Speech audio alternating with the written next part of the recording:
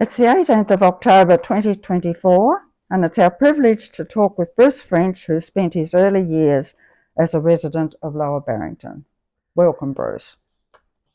And I'm afraid they're pressing all the memory buttons when you get around about 80. Most of your life is in the past. So I have lots and lots of memories of my childhood growing up on a farm back in the 50s, 1950, I think it was, somewhere around there. The Gillum family moved in 2 farms away, and my mother and I walked across the paddock to take them some food to make them feel welcome in the new community, and lots of memories go on since then. Do you want me to just chatter on, or do you? Because back in the good old days, we used to have to catch the school bus to go to school, so we had to walk down the road, and Gillum's Road and Brooks's Road, and all the people used to catch up there in the morning, and if it was a cold day, we used to take some carbide and drop it in the puddles and light the gas coming off, and we'd warm up our hands. If it was a fine day, we'd make a little fire and warm ourselves up before the bus arrived. And so lots and lots of different and unusual memories come back from those days. And for me, they're very positive memories. But if you press the memory button, these days, lately they've been talking about people who haven't got the power on because they've had a big storm. I feel like saying, what is this electric power they're all talking about? We grew up on a farm without electric power and running water and all those things. So I was thinking about it this morning. We were almost self-contained. When my mother retired in her 70s into Sheffield, she went into a shop and bought vegetables for the first time in her life. She'd never bought vegetables before. We always had our own meat. We had our own milk on the farm, and our own heating, of course, was firewood from around the farm. So lots and lots of memories back from that era. And I think it was a lovely era to grow up in. I could come home from school and my mother would be there, my father would be there, and my father would be down the farm somewhere, and they'd just say, oh, go down and find your dad if you want to, and he'd be way down the back of the farm, originally with horses before we went all modern with tractors. And these days you have to go and find your parents because they put you in some institution after school, and so it's a very different sort of environment and a lovely environment to grow up in. And the nice spin-off, I think, is that everybody in the community got to know everybody really well. We knew their names, we knew their birthdays, we knew the names of their dogs, and we felt we were part of the community. And so they'd put on community events and everybody would come. It's nice to see 50 or 60 or 70 years later, they're renovating their community hall and trying to rebuild a sense of community. But it was all there inevitably, and so there's just so many precious memories. And we didn't have a lot of money. We tried to keep up a nice public face. But to make money, we caught rabbits. For a while, they would just pick them up by the roadside. You just gutted them and hung them on a string and put a bag over them, and a truck would come along and pick up the rabbits. And it was a good way to make pocket money. Or we used to go and pick pine cones off the pine trees in our farm and sell those. So I remember we used to have a goal in life. I wanted to save up enough to buy a push bike so I can have a push bike to ride around. So it was lots and lots of memories like that that are personally very precious to me. And I never know where to go with all the memories and stories.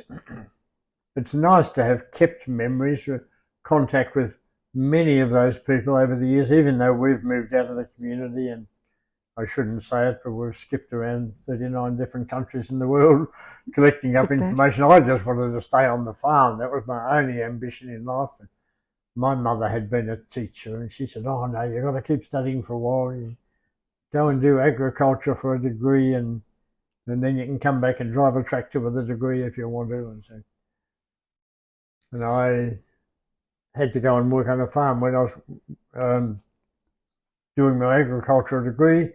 And I thought, that's stupid. I'm not going to learn anything new on my old farm. So I went up to a mission farm in the highlands of Papua New Guinea and fell in love with that country, and came back, got married, and we took our 6-week-old daughter up into the jungle in Papua New Guinea. And I got on doing my agriculture up there, and then for the rest of my life now I still call it agriculture, but putting together information on every edible plant in every country in the world.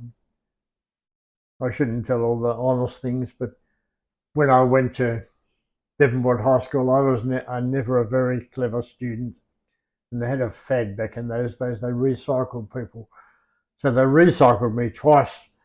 I thought it was just because they loved me so much, they wanted to keep me around the place. But and then I went to university and I didn't get any smarter, they recycled me twice there.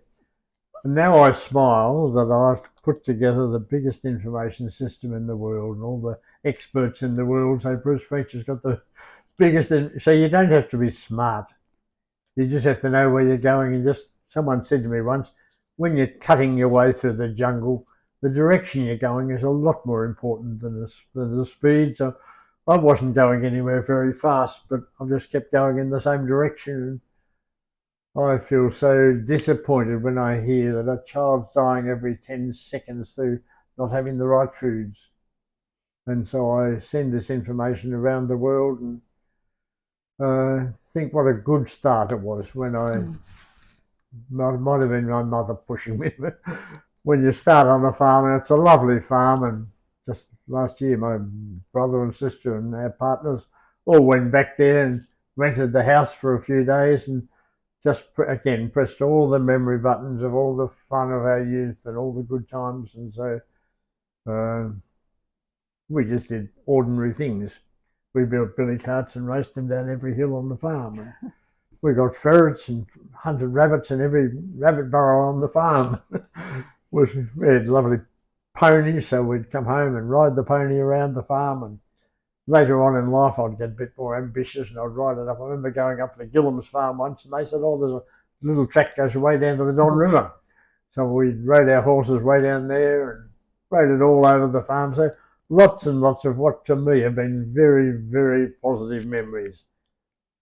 And I look for the benefits. A couple of fancy international conferences I've been to, and they said people who live in high-rise buildings and don't get out into the countryside suffer much more with depression and suicide and all sorts of other conditions, and we need to get back out into God's world. So even though I may not have stayed on the farm, at least I've kept a love for the farm and love for agriculture and a love for those things. And when I alluded before, I've been to 39 different countries in the world getting information.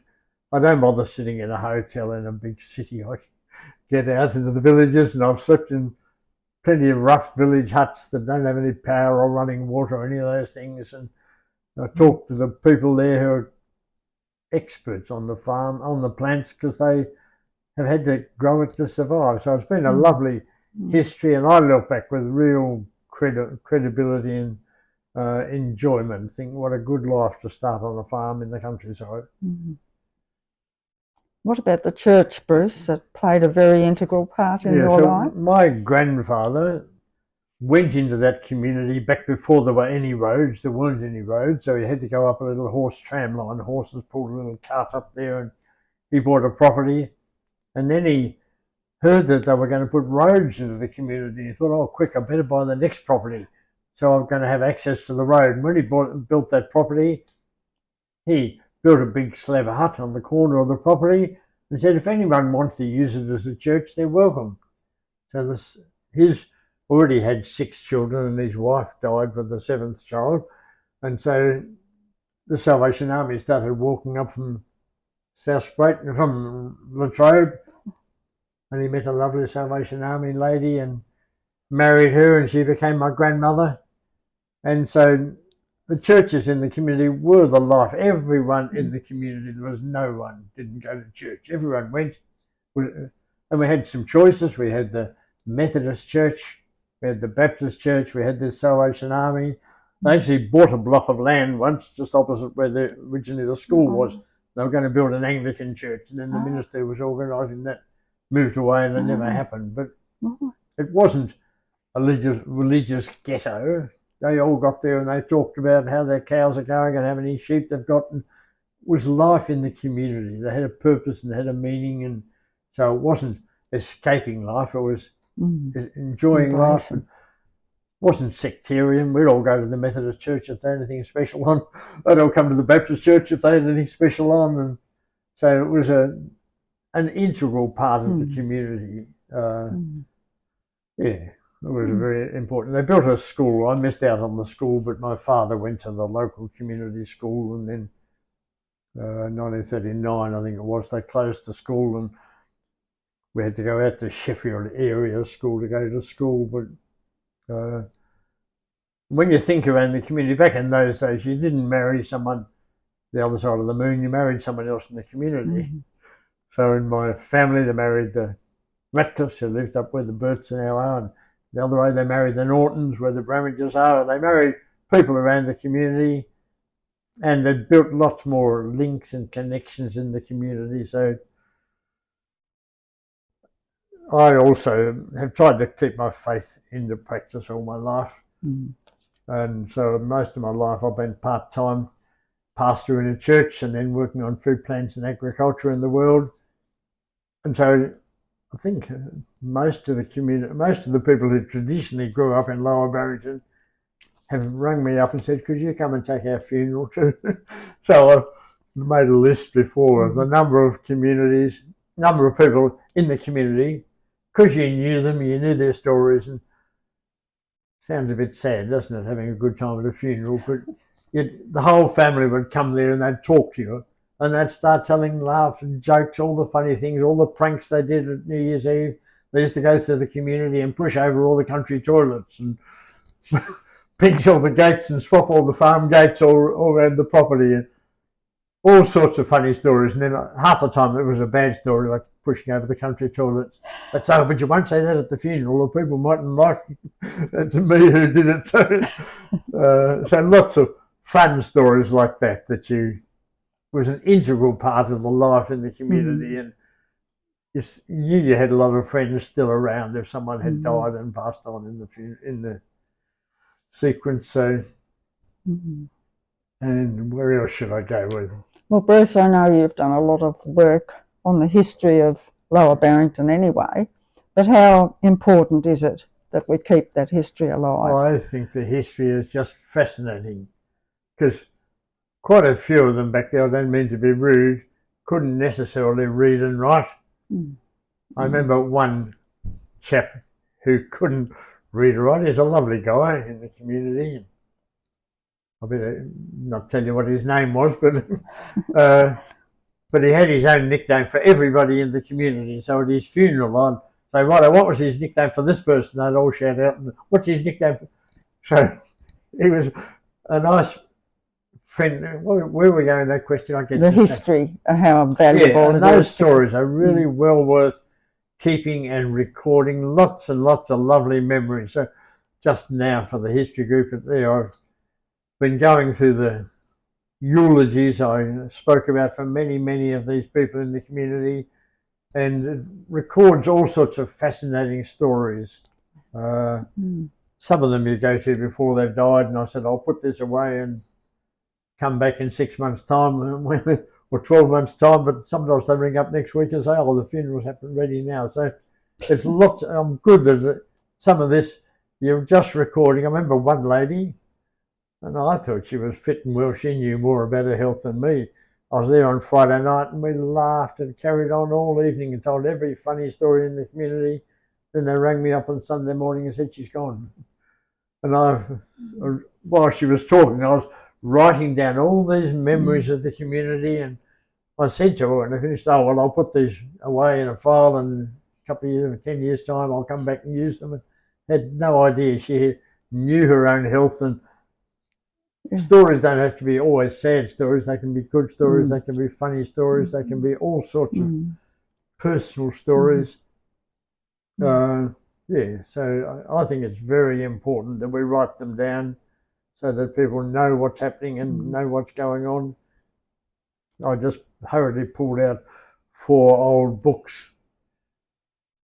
Back in the 40s, some people sat down and wrote their memories of life in Lower Barrington and what it was like going to the school there. And I just skimmed through it a little while ago. I thought I'd lost the book.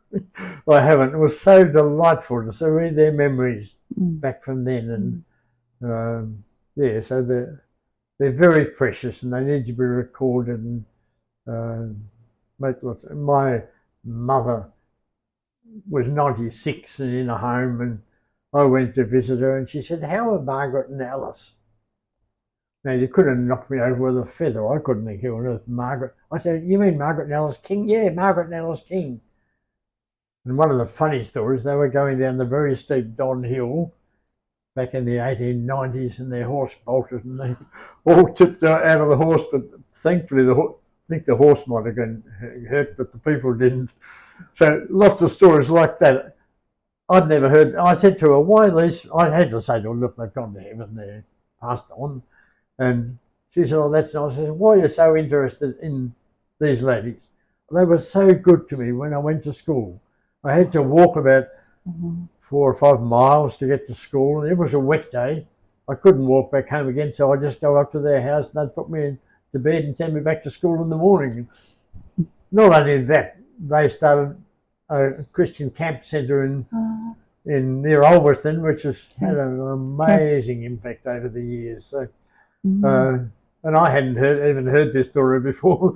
So it was about 2 or 3 weeks before my mother died, and she was sort of losing her memory, and then suddenly asked me something way back to the past. So it helps, a bit like a jigsaw, putting together all the information and knowing how it fits together and knowing how committed people were. Just reading through some of the history in the last few days, they said, "Oh, some work needs to be done around the school back in the 1920s. "Oh, that's all right, I'll go and do it." And they didn't sit back and expect the government to do it. They just hopped in with a sense of community and did it. So, so it's nice to know these things. Very rich heritage that you've got in some of the families. So, Bruce, you probably answered this question when you mentioned all the countries you've been to, but what is so special about Lower Barrington? I personally think it's good to start life in the real world. I don't mean that rudely, but it is the real world. When we got married and I took my wife to Papua New Guinea, we were out in the jungle and we had no power, no phone, no running water, any of these things. And a world expert said to me once, "That was such a good start. If you'd started in some fancy city and had a big job in an air-conditioned office and you're writing up about food plants and agriculture in the world, you really don't have a clue." You need to start in the world, because my concern is for the 2 billion people who are living on little farms in small plots in these countries. And many specialists in the world haven't ever lived there. They haven't ever been there. And so they come up with theoretical answers about how to solve the world's problems instead of down-to-earth practical problem answers. So I think starting out in that world is a very good place to start. And I'm very grateful for the time I had there. Well, Bruce, I want to thank you very much for chatting with us this afternoon. It's been absolutely amazing. Thank you.